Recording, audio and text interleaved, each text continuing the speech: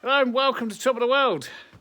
It's January 1st, 2020, and I'm at it again. It's a reasonably exciting day for me. Last video but one or two, we machined up all that birch through the Logasol and PAR'd it. So I brought some of it in here, and this is the best of what was out here, and we stacked it all up, and I don't know why he's laying in the shavings. I don't know what's the matter with him. So we've sorted all of these here and taken the best out of what I can get in order to get the very best 7 or 8 pieces I need to make the main desk that I'm making. And we've rolled all these over and sorted these, and we've come up with this. And this is about the right width I need, and I need it 1400. So I need it 1400 by 800, but we're going to end up at 1400 by 760, which is fine, I think, because a couple of the outer pieces have got rough edges. So the process behind picking and choosing timber is about grain and straight edges. So I'll flip the camera around. It's about grain, twists, winds and straight edges. So this is what I've decided to go on by way of what I need. One of the nice pieces here has got a nasty bit in there, so we're going to cut that off, which is a shame because the markings either side of it are quite nice. And there's not an awful lot of good features in this. It's quite nice, but there's not an awful lot of good features in here, because it's going to be one of my main desks. So this is a desk for my office. For some reason in my mind I thought when I come here I was done with office work, and my history is I'm as good in the office, I'm as good academically as I am practically, unfortunately. So I've spent equal times of my life being practical or in the office or doing whatever I'm doing, and now I've got to build a new one because I need it and I don't have one. So this is the desk. And I've got no biscuits for joining these, so we're going to dowel them together, because dowels is what I've got, and plenty of dowels. So I've turned these over and put them backwards and forwards until I've got where I think I can pull all these up tight and make a nice slab out of this one piece by gluing them together. And we're going to go and cut them to length now. Well, not quite to length, over length, but just take some of the surplus off. Whenever you're machining timber, it's hard to see, you get ripples on the ends where it comes out of the machine, splits. So we're going to cut this. I'm going to mark it up and we're going to cut it and then see where we go from there. Right, so that's got rid of the surplus that I really don't want. And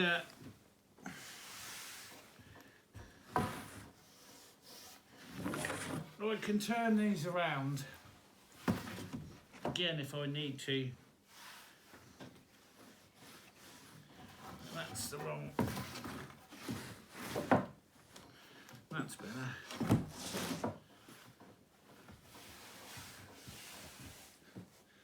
Try and achieve what I want, but also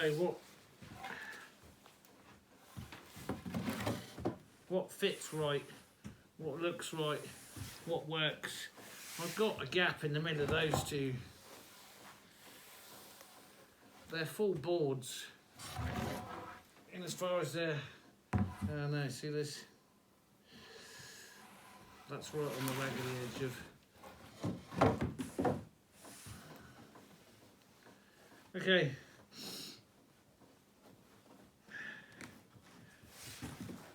I think that's my best fit scenario.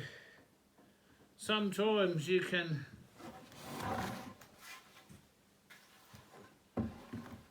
turn a board round. No, that's the way I had that. Right, so once we've got the best fit and there's nothing too much bending this way, then we can look at our grain.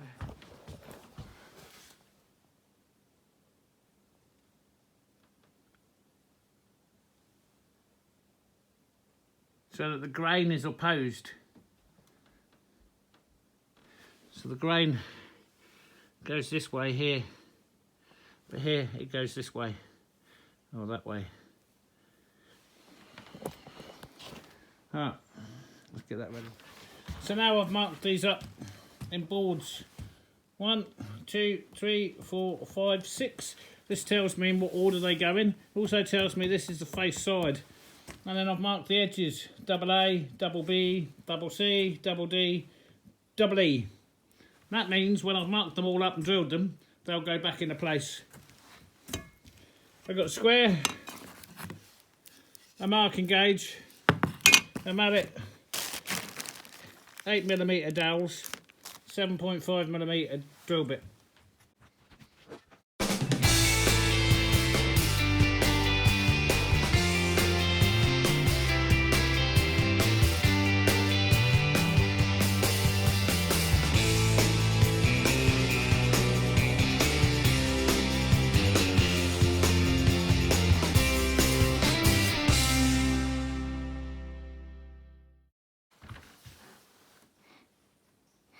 This groove here, this is the marking gauge. This is my line carried across. I put my pencil in there so that you can see it a bit better, because obviously it's got a groove. And that's my mark for drilling.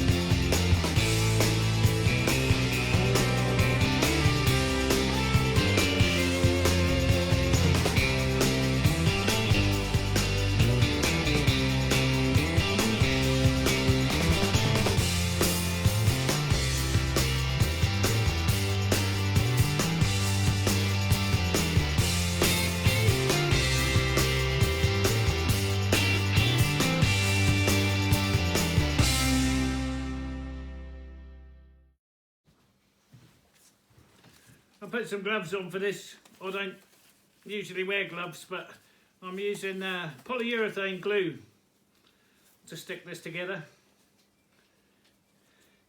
And I'm a bit of a fan of polyurethane glue on the absence of any kind of proper laminating glue. So these sticks here, these are compression sticks, and you'll see how and why I'm going to use them as we go along, and it basically stops the compression marks in the edges of the workpiece that you're putting together. Yeah.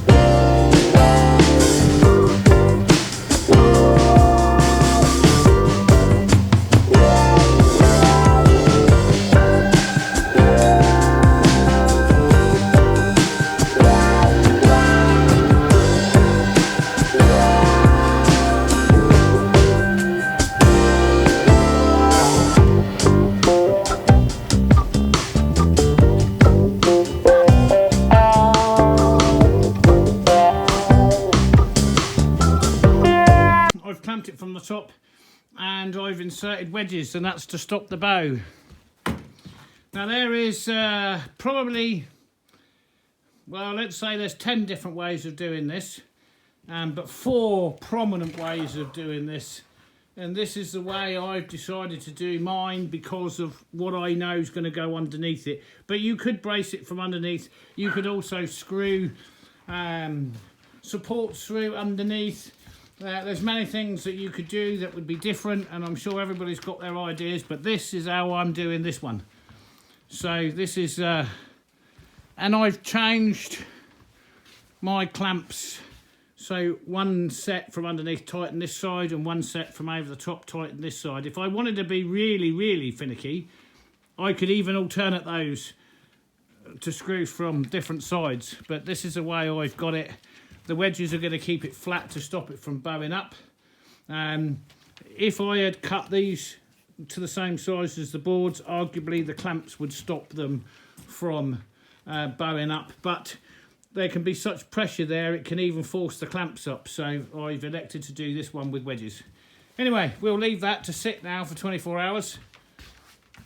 And then we'll move on to the next stage.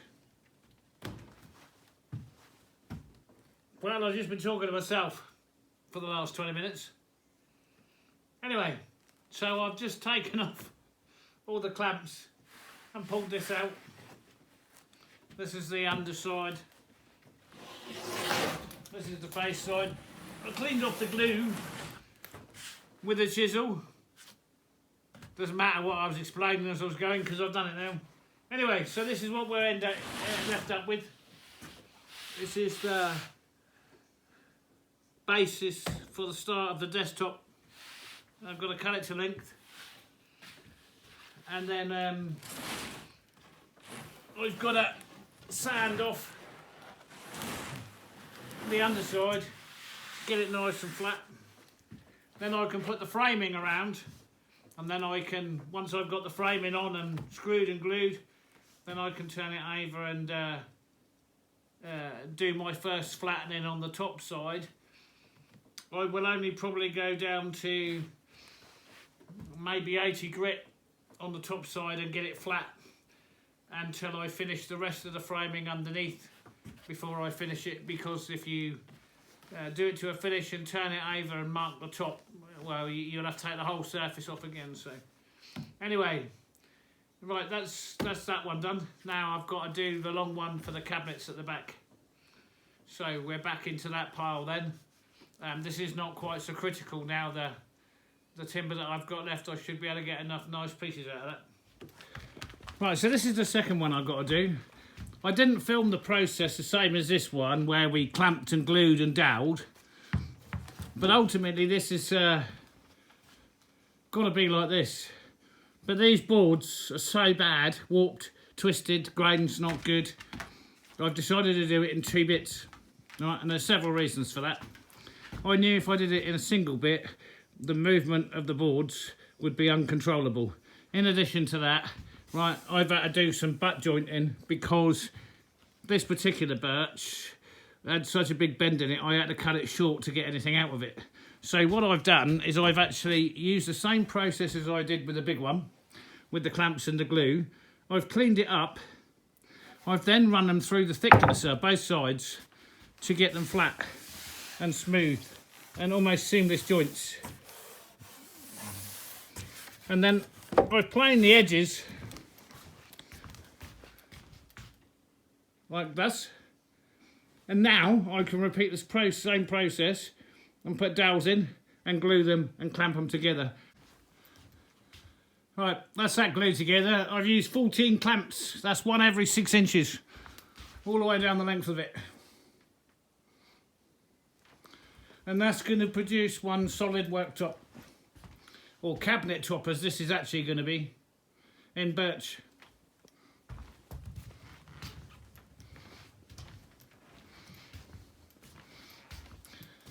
And I could have done it without gluing the 2 boards together first, but it would have been exceedingly difficult and it won't produce the result that I wanted.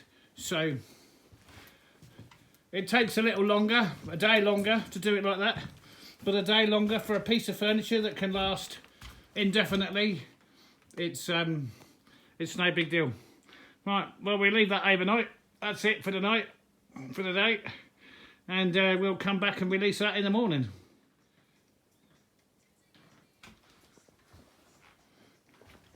So I've used a chisel and I've taken off the excess glue on both sides. Now we're going to use the belt sander on 80 grit to pull it down, and then we'll be able to see what we've got. We'll change to 120 grit and then go to 180, and then we'll be finishing around 250, 300 grit, may go to 400 grit to finish it off depending on the grain. We've got to clean up the sides, cut it to length, trim it to width, and we'll be good. Now that took 13 minutes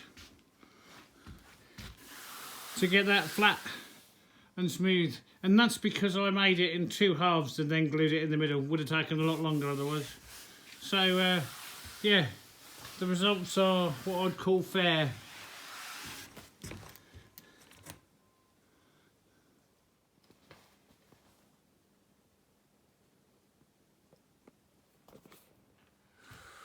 Well, we'll round that up there then. Thanks for watching today. If you like the video, give it a thumbs up. If you want to see more in the series or other videos, then don't forget to subscribe, and we'll catch you on the next one. Thanks for watching, and goodbye for now.